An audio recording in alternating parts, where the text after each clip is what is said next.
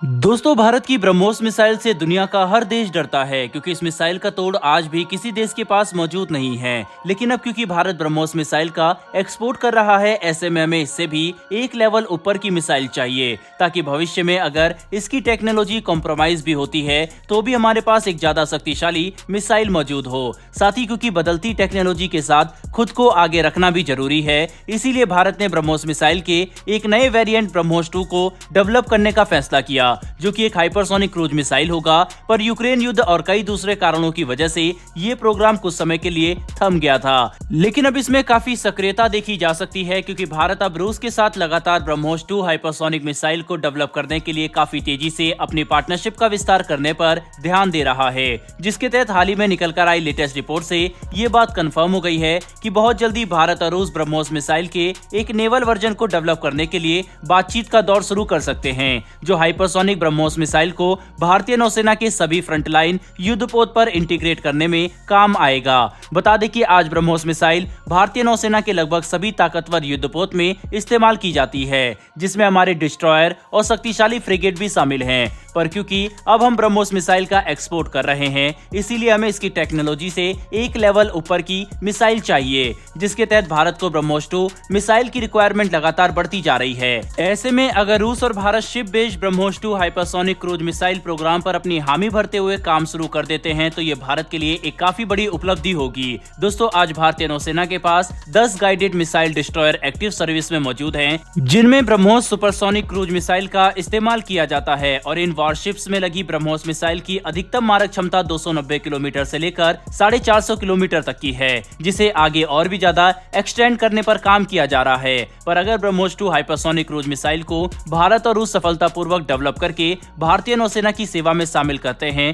तो ये BrahMos baseline missile पर एक बहुत ही बड़ा अपग्रेड होगा। आपको ये बात जानकर हैरानी होने वाली है कि ब्रह्मोस 2 हाइपरसोनिक क्रूज मिसाइल की मारक क्षमता 1000 किलोमीटर से लेकर 1500 किलोमीटर तक की होगी, जो किसी भी क्रूज मिसाइल के लिए काफी लंबी दूरी है। ऐसे में अगर भारतीय नौसेना के 10 फ्रंटलाइन गाइडेड मिसाइल डिस्ट्रॉयर पर हाइपरसोनिक ब्रह्मोस को इंटीग्रेट किया जाता है तो ये हिंद महासागर में भारतीय नौसेना की क्षमता को कहीं गुना ज्यादा बढ़ा देंगे, जिसके बाद चीनी नौसेना के युद्धपोत हमारे इलाके में अपना प्रभाव लगभग पूरी तरह से खो देंगे, क्योंकि ये बात सभी देशों को पता होगी कि भारत जब चाहे तब हाइपरसोनिक ब्रह्मोस की वजह से चीन पर एक टैक्टिकल एडवांटेज हासिल कर सकता है। दोस्तों, इतना ही नहीं बल्कि हाइपरसोनिक ब्रह्मोस अपने टारगेट की तरफ मैक 8 की मैक्सिमम स्पीड से बढ़ सकती है, जो इसे पृथ्वी पर मौजूद किसी भी एयर डिफेंस सिस्टम से सुरक्षित रखेगा। यानी अगर हमने ब्रह्मोस 2 हाइपरसोनिक क्रूज मिसाइल को किसी टारगेट की तरफ लॉन्च कर दिया तो आज पृथ्वी पर ऐसा कोई भी एयर डिफेंस सिस्टम मौजूद नहीं है जो इसे रोक सके, जिससे चीन समेत दुनिया भर के कई देशों पर एक काफी बड़ा